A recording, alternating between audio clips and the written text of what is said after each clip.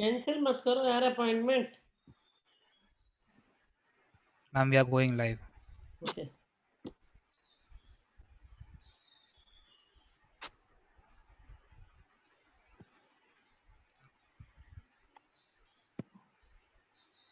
Yeah, good afternoon, everyone.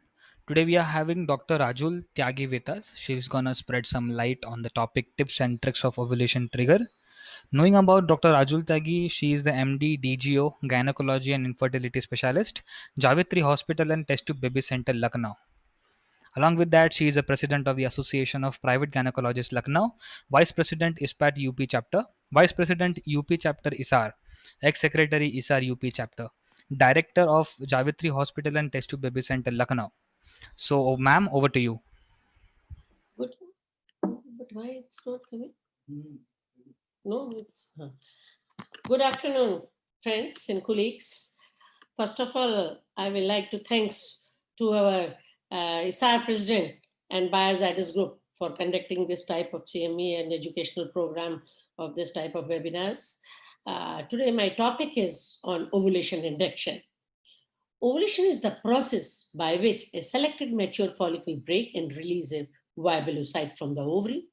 The endpoint of any ovulation induction is the trigger of ovulation, and to identify the ideal time, ideal drug, and adequate dose of triggering agent is the most crucial step in for a successful ovulation induction. So let's revise our basic physiology. How does ovulation occurs? So with the event of the LH surge, there is release of the luteinizing hormone, there is increased secretions of the follicular steroid hormones, which leads to follicular hyperemia and prostaglandin secretion, along with release of the collagenase enzyme. This collagenase enzyme weaken the follicle wall and leads to degeneration of the stigma. This because due to these enzymes, there is the follicular hyperemia and prostaglandin secretion, which leads to plasma transudation into the follicle. Ultimately, this weakened follicle wall, and due to this transudation into the follicle, there is the follicular swelling, there is alteration in the vascular perifollicular vessels, vasculatures, and with the event of the perifollicular ovarian smooth muscle contraction, there is a follicular rupture and evagination of ova. So this way, ova is released from the ovary. So for ovulation, you need a LH surge. The mid-cycle, natural mid-cycle spontaneous LH surge is characterized by three phases. One is rapidly ascending length of about 14 hours duration and a plateau of 14 hours. And the third limb is descending phase, and this is of 20 hours. So the total this spontaneous LHFS surge is of 48 hours. Along with this LH surge, there is a parallel FSH surge, but this FSH surge is of lower amplitude. You can find out a positive urinary LH surge by doing a LH kit.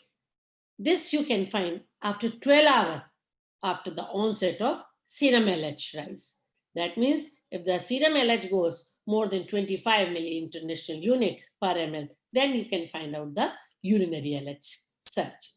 And ovulation occurs 24 hours after this positive urinary surge. So the effect of this mid-cycle LH surge, this mid-cycle LH surge causes rapid growth of the follicle and oocyte, leads to cytoplasmic and nuclear maturation. It causes induction of the ovulatory cascades. This leads to ovulation. Luteinization of the theca and granulosa cells leads to progesterone secretion and support and formation of the corpus luteum. The this LH play a crucial role in luteal phase. It is responsible for steroidogenic activity of the corpus luteum. It causes upregulation of the growth factor and upregulation of the cytokinin kinins, which are important for implantation. It also stimulates the LH receptor in the endometrium, which is essential for implantation. The FSH surge This mid-cycle FSH surge, along with the LH surge, there is also, as I told you, there is also a small FSH surge of a low amplitude. This FSH stimulates the plasminogen activator activity within the granulosa cell culture. It involved in dissociating the oocyte from the follicular wall and weakening the wall to facilitate the rupture, keep the gap junction open between the oocyte and cumulus cells. It also promotes nuclear maturation and cumulus expansion, improve oocyte recovery with a higher follicular fluid, FSH level, and FSH also promote the formation of the LH receptor in the luteinized granulosa cell. In the stimulated, if you compare the natural cycle and this control ovarian stimulation cycle, you will see that in the stimulated cycle, the luteal phase is abnormal. Why this is abnormal? This is due to the supraphysiological level of the steroid, which exert a negative feedback on HPO axis, thus reducing the LH secretion and leads to low LH level. And this low level LH level causes luteolysis, shorten the luteal phase, and of course, it can hamper it can result in implantation failure. So, for a good, to have a positive result, to have a pregnancy, we need a good luteal phase support. You can trigger your cycle by HCG or by agonist, Gnrh agonist, but both of them are little bit different. So if you compare that HCG triggered cycle, there is a period of deficient LH activity. As you know, that endogenous LH level in HCG triggered cycle is significantly reduced, and the function of corpus luteum relies completely on a exogenous administered LH activity in form of HCG. This HCG level deriving from the ovulation trigger start decreasing. The average level of serum HCG level in early luteal phase is around about 120 international unit per liter. And it starts slowly decreasing to 4 to 6 international unit per liter on the day 6 of the trigger, which affect the exogenous progesterone production from the corpus luteum negatively. Thus, from this point onward, until the increase in the endogenous production of progesterone from the implanting embryo, exogenous progesterone supplementation is mandatory. While in the Gnrh agonist trigger, you will see that this Gnrh trigger, because this Gnrh has a short half-life, this shorter duration of the Gnrh trigger is there. There is also an initial flare due to the supraphysiological level of progesterone and estrogen produced from multiple corpus lutea, leads to negative feedback to endogenous LH secretion, which result into corpus luteal demise and a short luteal phase. And if you compare in this photograph, you can see that this shortened luteal phase more in Gnrh agonist cycle as compared to the HCG cycle and the natural cycle, because the HCG cycle, this luteal phase lasts for 6 to 7 days, while this in agonist cycle, this lasts for 28 to 32 days. So this Gnrh agonist, they are able to initiate the apoptosis in the granulosa cell. So the corpus luteum fades more promptly in agonist cycle as compared to HCG cycle. And the Gnrh agonist doesn't have a direct any supportive action on the corpus luteum. So in this agonist cycle, we require more intense modified luteal phase support. HCG trigger also affect on the implantation. With the HCG trigger, especially in the recombinant cycle, there is a deleterious impact on the early embryo development, as there is an exaggerated intrafollicular shift in a steroid from androgen and estrogen to progesterone. And this has a negative impact on endometrial receptivity. And this supraphysiological LH activity during early luteal phase might hamper a successful implantation due to interference with the specific action mediated by hyperglycosylated HCG produced by implanting embryo. While in Gnrh trigger, there is also impact on implantation, but it is usually towards a positive side. This Gnrh trigger, the early to mid luteal phase, steroid level appear to closer to the physiological range, and which has a positive impact on endometrial receptivity. This Gnrh receptor are expressed in endometrium, and in antagonist cycle, there is a downregulation of this endometrial receptor. By using this Gnrh agonist trigger, there is displacement of antagonist from these endometrial receptor, resulting in activation and upregulation of pro-implantation factor like growth factors, pathway, interleukin, and vascular endothelial growth factors. So the mid-luteal bolus of Gnrh agonist result in a significant improvement in a implantation rate. So what should be your trigger? The ideal trigger should be effective in terms of live birth rate and ongoing pregnancy rate. It should be safe, that there should be no chance of ovarian hyperstimulation syndrome like complication, and it should be patient-centered. So patient should be more friendly protocols. The triggering agent available for final follicular maturation are endogenous LH or it can be exogenous. And among exogenous, there can be HCG, recombinant LH, Gnrh agonist, or a novel thing is kisspeptin. HCG is used as a surrogate for a natural LH surge. There is LH and HCG. Of course, they are the different molecule, but they act through the same receptor. And different, the size of the HCG and this LH molecule is a different. Their glycosylated pattern is a different. Their source is also different. HCG from, the LH comes from anterior pituitary, while HCG comes from thromboblastic embryonic cells. And their half-life is different.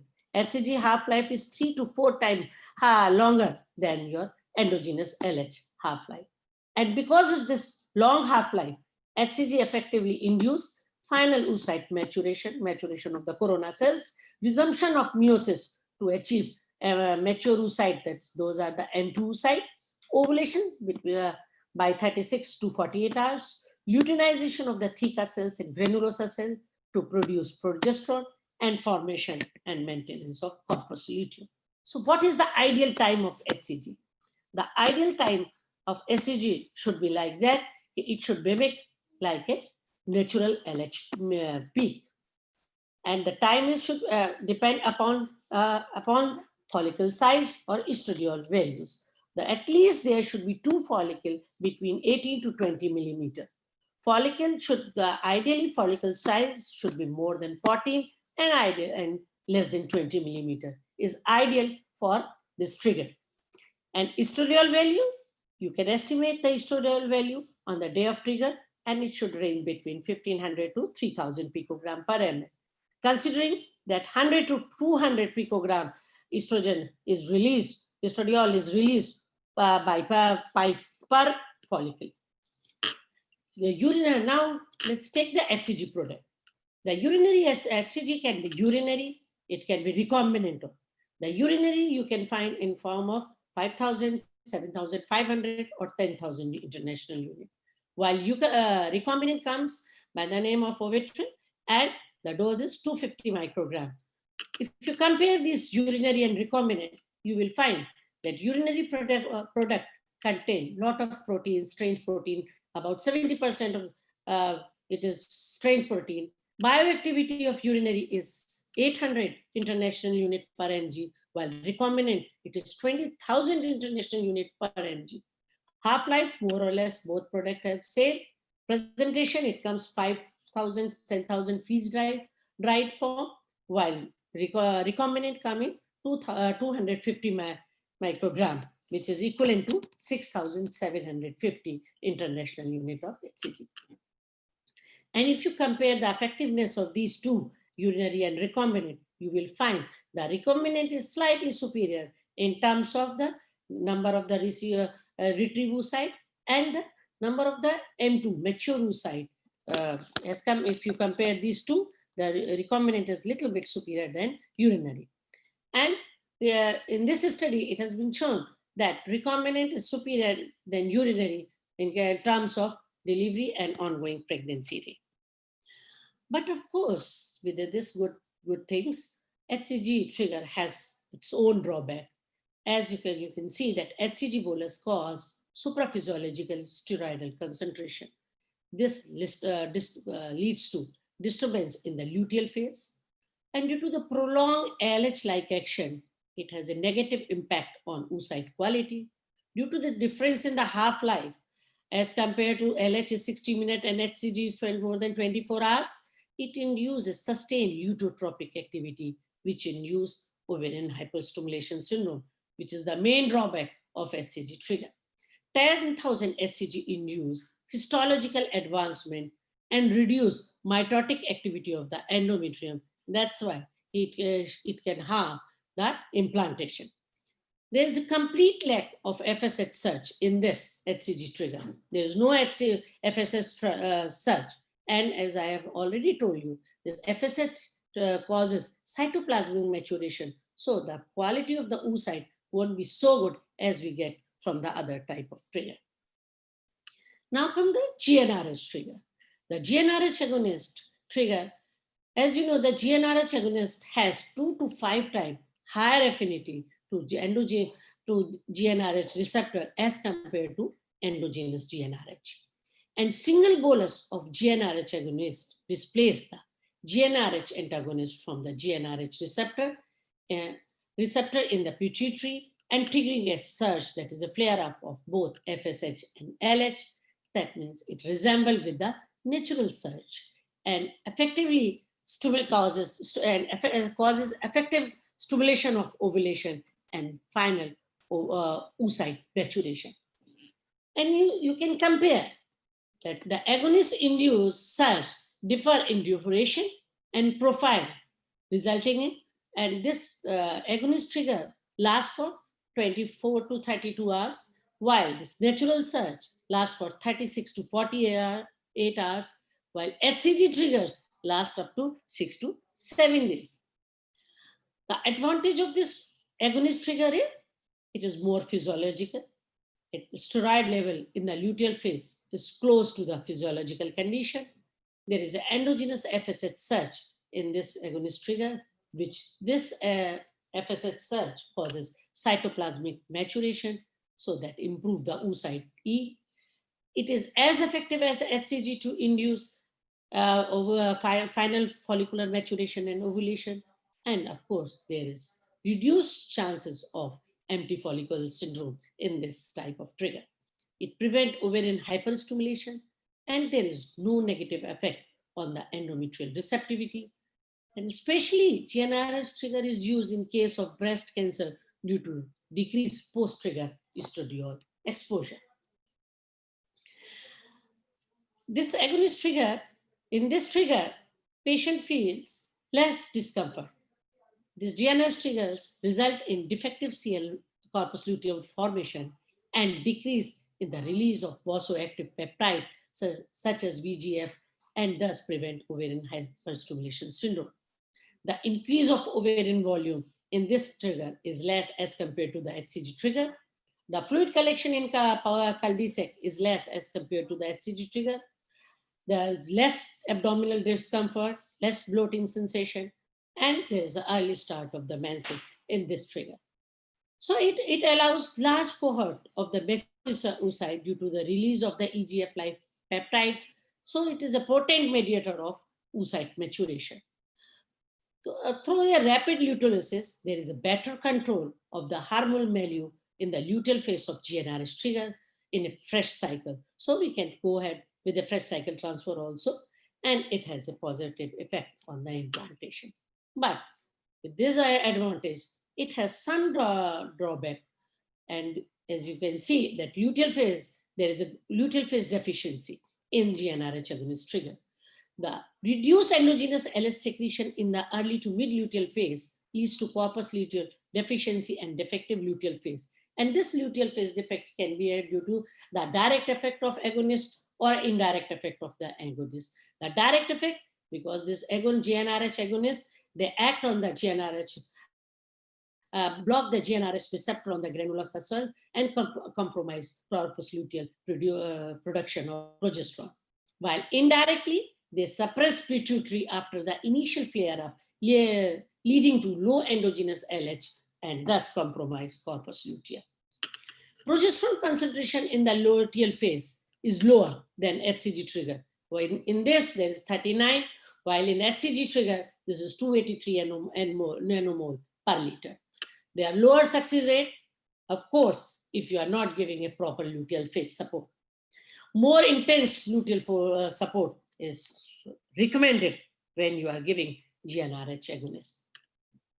The type of GnRH agonist for triggering, various agonists in the different dose have been used for triggering the final oocyte maturation, and they are brucellin, can be 0.5 milligrams subcutaneous, triptolin, 0.2 milligrams subcutaneous, or you can give leupride acetate with a different dose, 0.4 to 1 milligram subcutaneous. In donor-recipient cycle, it has been seen that lower incidence of OHS with no difference in the live birth, while in a fresh autologous cycle, it is associated with a lower live birth rate and a longer ongoing pregnancy rate beyond 12 weeks and a higher rate of the early miscarriage, that means less than 12 weeks. So challenge, what are the challenge to obtain an adequate luteal phase after the GnRH trigger? There are several approaches proposed to rescue the luteal phase insufficiency so that fresh transfer can be carried out without jeopardizing the IVF outcome. There should be intensive luteal support with aggressive exogenous progesterone. Not only progesterone, you have to give estrogen also along with progesterone. Low dose of HCG rescue can be given to maintain a good luteal phase after this GnRH trigger, and this you can give in form of a 1500 international unit of HCG on the day of OPU. Or you can give additional bolus of HCG 1500 international unit after the 5 days of OPU, or you can give a 12 trigger. That means 1200 to 1500 of HCG on day of GnRH trigger. So both approaches have shown the pregnancy rate similar to those obtained after the conventional HCG trigger and a very low risk of ovarian hyperstimulation. So the protocol for this intense luteal phase support are if the peak estradiol level is more than 4000, you give intense luteal support. But if the peak estradiol level is less than 4000, then you can give dual trigger with HCG 1000 to 1200 international unit. If the follicle size are less than, the number is less than 25, then you can give GnRH trigger with HCG 1500 35 hours later. Or if the follicle oocyte is more than 25, then you have to go for freeze-on policy. Now comes sometime there is a failure of ovulation trigger. That means anti-follicle syndrome.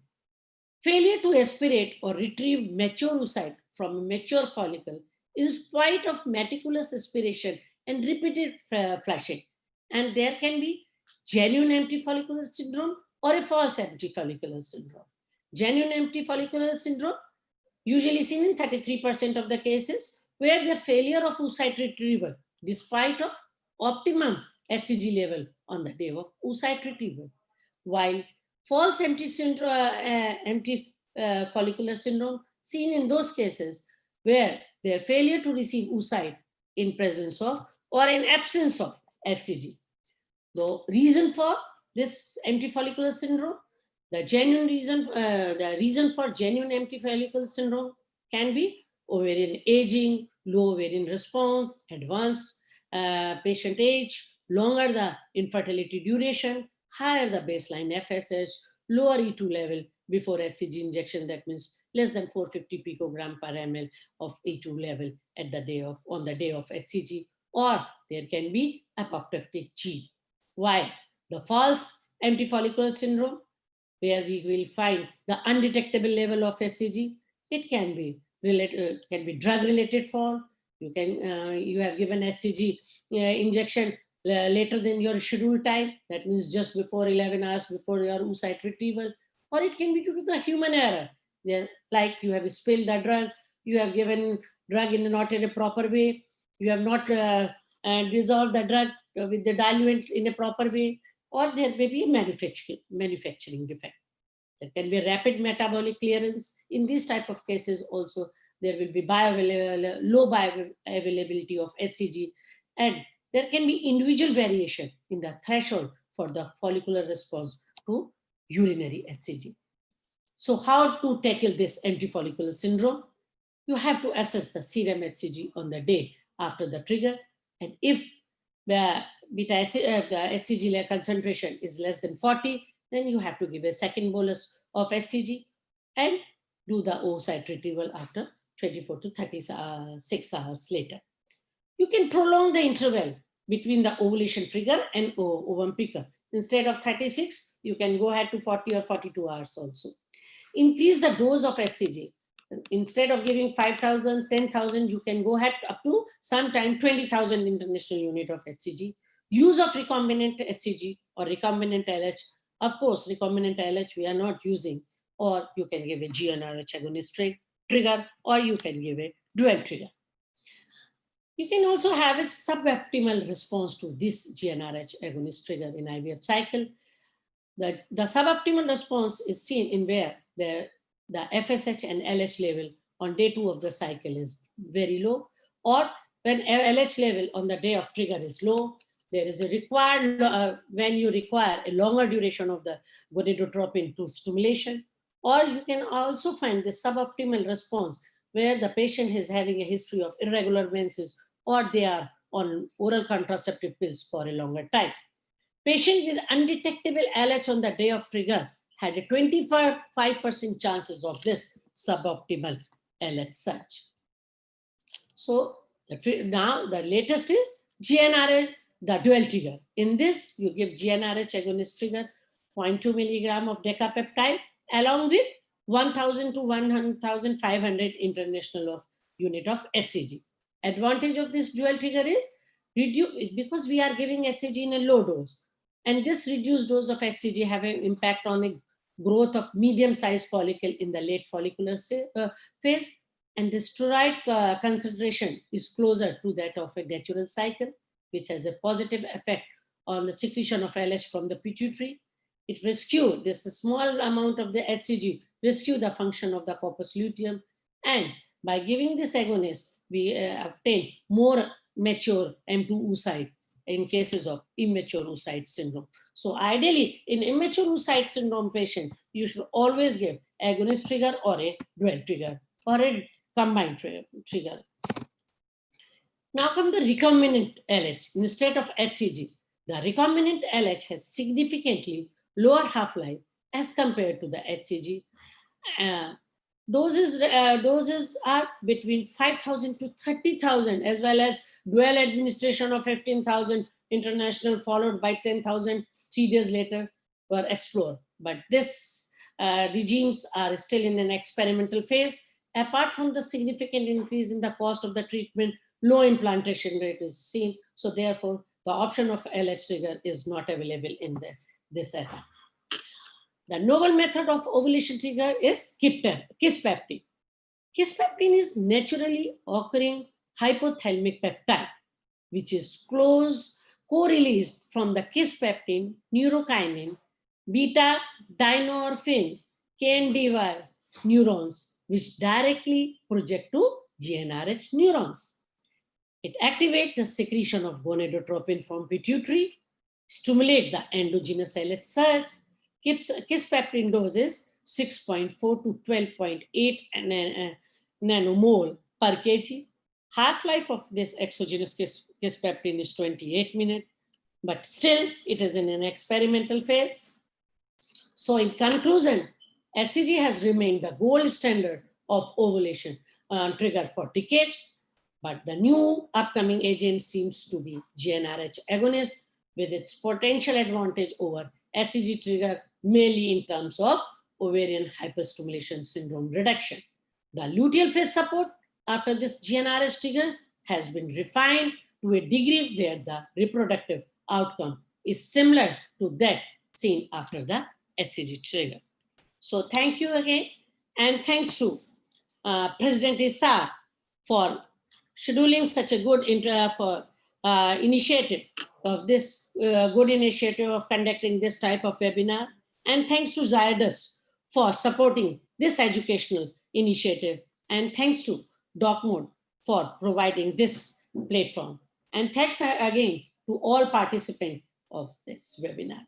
Thank you.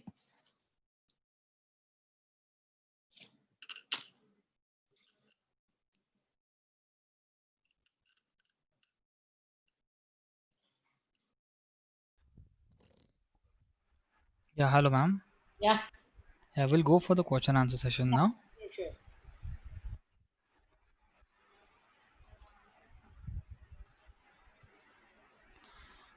Yeah, ma'am. So the first question is from Dr. Lavanya Tyagi from Lucknow. Hello.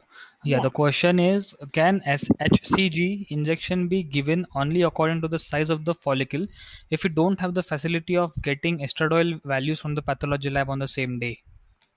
Usually we give HCG trigger, we give trigger, ovulatory trigger, according to the size of the follicle. Hardly we do the estradiol value checkup. This is just, I have documented, but we do usually follow our ultrasound findings. So ideally, the follicle should be between 16 to 18 millimeter of the size. Okay. So the next question is, can you brief about the cervical mucus changes to predict the ovulation? Yes, you can.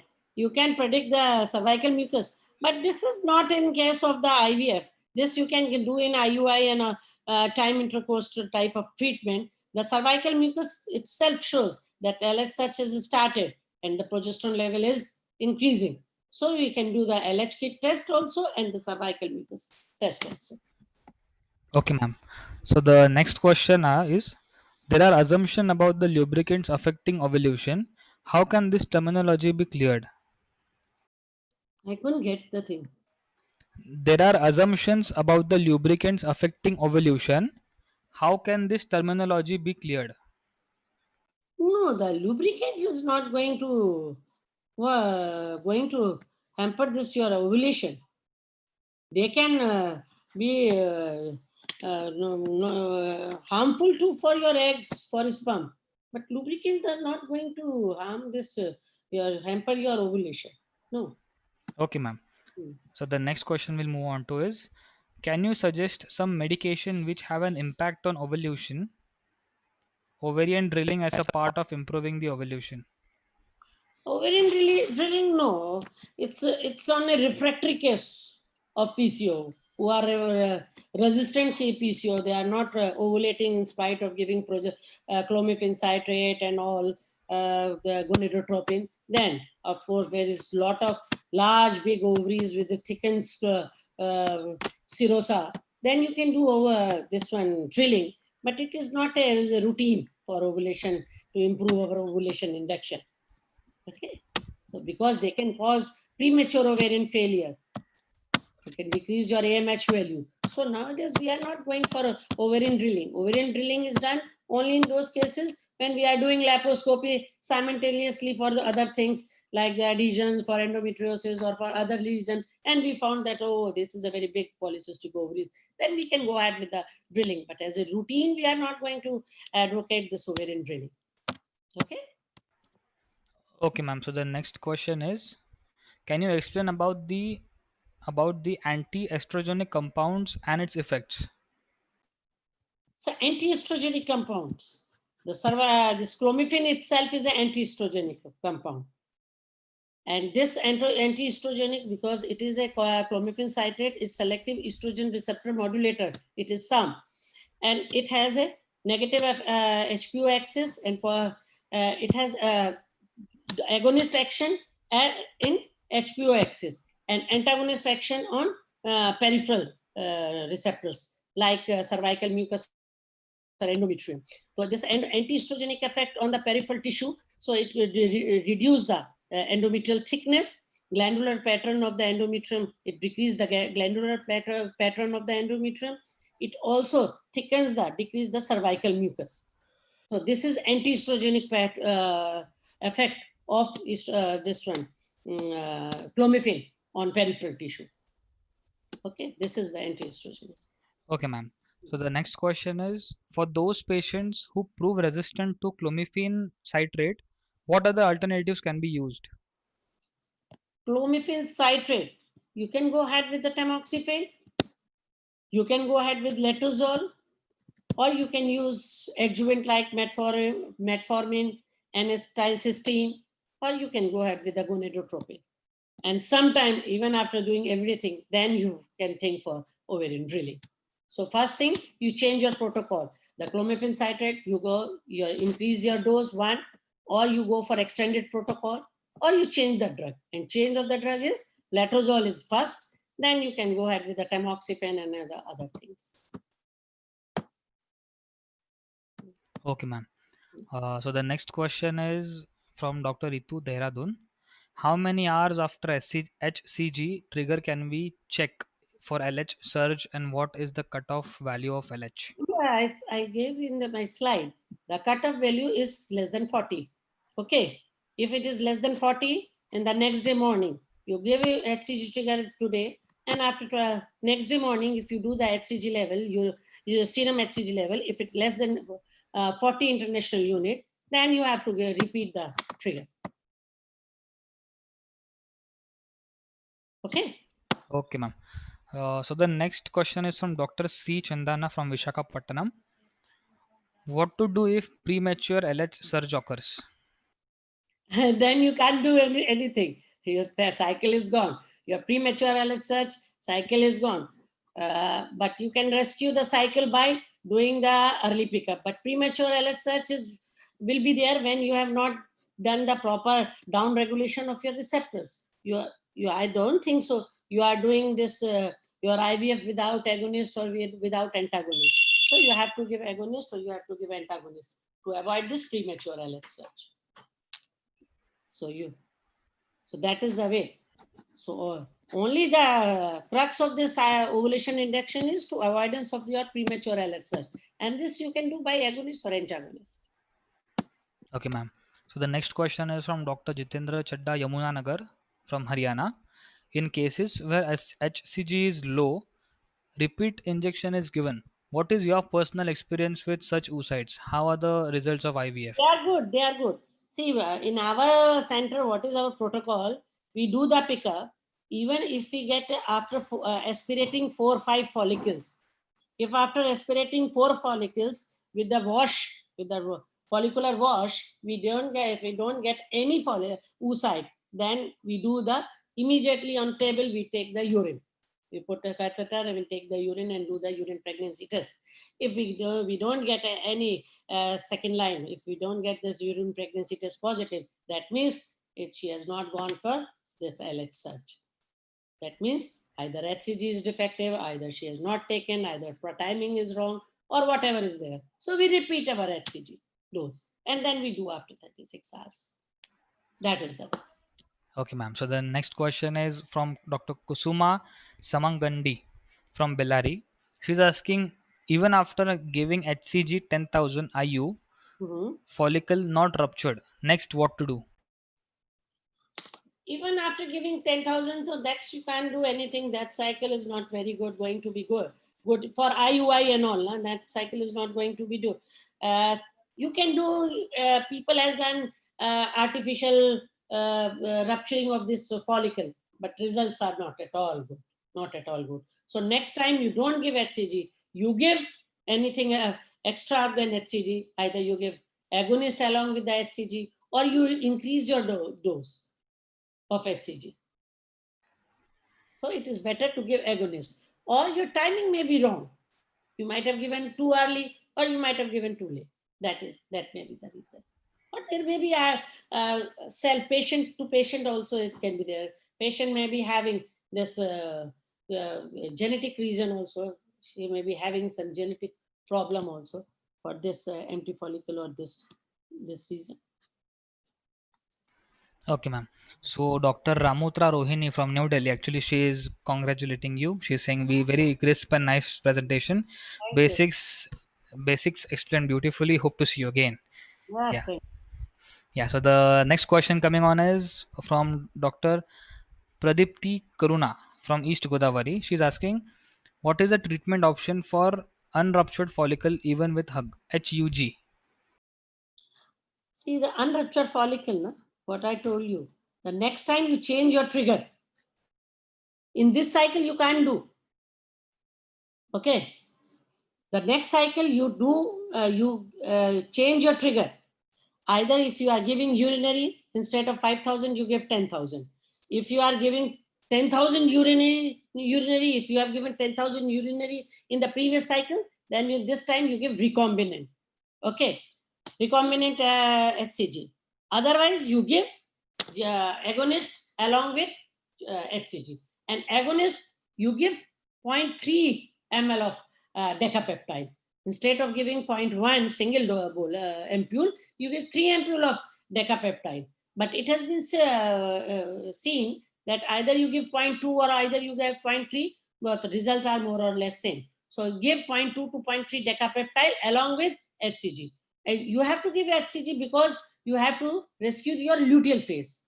So you can give HCG along with the trigger, or you can give HCG 5 days, 6 days after your trigger, because this HCG will remain in the serum for 6 to 7 days. So after 7 days, you need again thing to maintain your corpus luteum. So you give after 5 days of your pickup or 6 or 7 days of your trigger, second bolus of HCG. Or you can give simultaneously, or you can give just after 1 hour after ovum pickup, you again can give 1500 of HCG. That is the way to do. Okay. Okay, ma'am. So the next question is, uh, the name is not very clear. So then the question is, if repeat SCG is given, when to do ovum retrieval? Yes, that's a. You can do ovum retrieval just like a 34 to 36 hours, depending upon the size of the follicle and number of the follicle. If the large follicles are there, then you can do a little bit earlier. And during this type, really, doing a good ultrasound is very important. You see the follicular margin. If the follicular margin is going to be a little bit crenated, or then it is better to do little bit early pickup.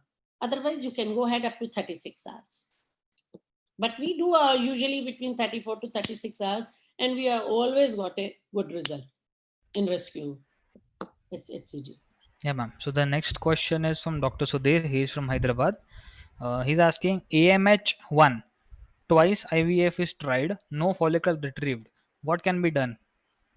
AMH is one, ideally in one AMH, you should get the follicle. Then what is this thing? You have to change your protocol. One thing, first you give adjuvant in the pre-stimulation phase. You give 3 months of DHES and testosterone. Okay. And coenzyme Q. After this, you start stimulation, and better you give soft stimulation and you give double stimulation.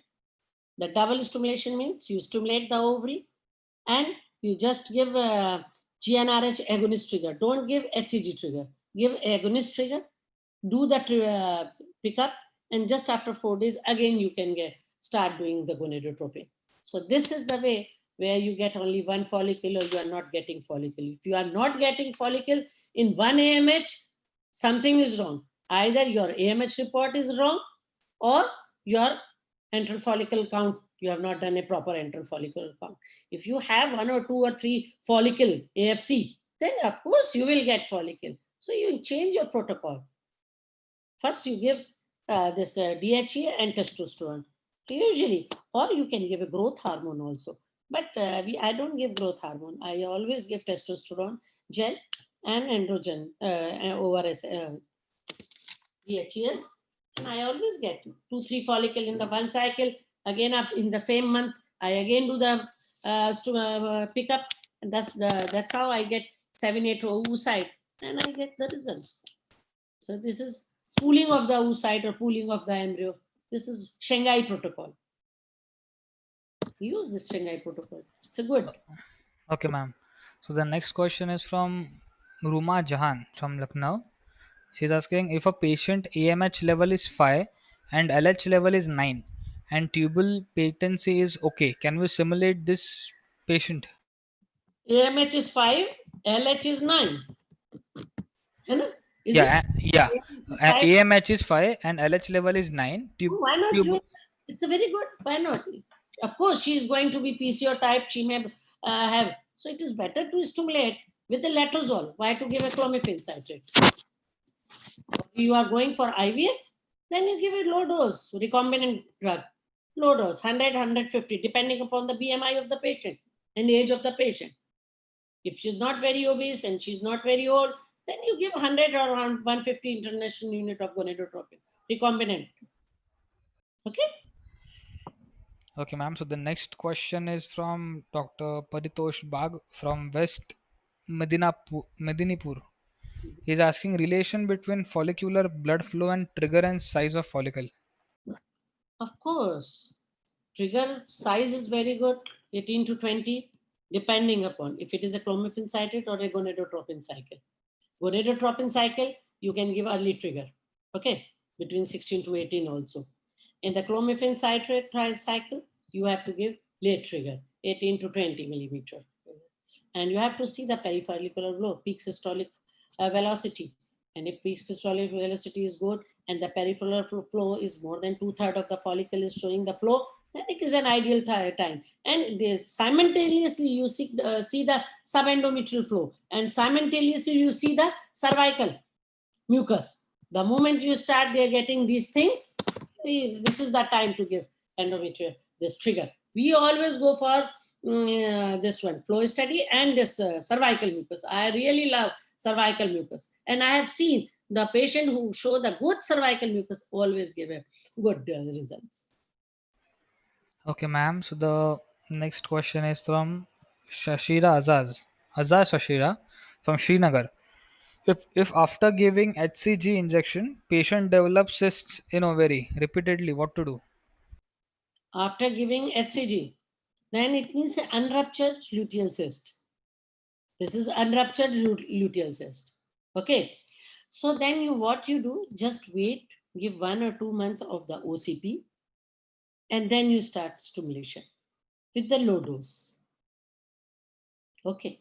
With the step of low dose. Don't give a high dose, and low dose. And give HMG. Add HMG or LH, whatever you feel, from the 4th day onward. So you get that. This means you are getting unruptured. Usually this is because of improper timing. Or maybe there may be a lot of adhesion in the ovary. If everything is all right, she's not case of endometriosis or ovarian adhesions, pelvic adhesion, then she should come out with this type of regime. Okay. Always wait for 2-3 months with OCPs, and then you give. She will shortly, unless until she's a case of severe endometriosis. Because of adhesion, there may be a chance of not rupturing the follicle. Rarely. Okay, ma'am. So the next question is asked from Dr. Loga Shastriya from Tirupur. He's asking timing of OPU from first trigger or second trigger. It's same. First trigger, 34 to 36 hours. In our, we do in 36 hours. Okay. In the second trigger also, it's between 24 to 36 hours, depending upon the size of the follicle in your this one. So the literature says 34 to 36 hours. Okay, ma'am. So the next question is from Dr. Lavanya Tyagi from Lucknow. She's asking the 3-month therapy you mentioned for low AMH is still under trial or DHEAS, and Yes. other drugs are proven to show results of increased AMH. No, but nothing else is there. There's DHEA, testosterone, and coenzyme Q. Nothing else. Lifestyle change, weight reduction, that's all. Nothing is there in them. So Yeah, fine, ma'am. I think that's the end of the questions. We'll wait for a couple of minutes for new questions to arrive. By then, ma'am, you can deliver just a 2 minutes this yeah, takeaway message. yeah. So ultimately, I have discussed everything about this ovulation trigger, and Really, I am very thankful to this Zydus group of drug pharmaceutical for conducting such a informative webinar, and this doc mode.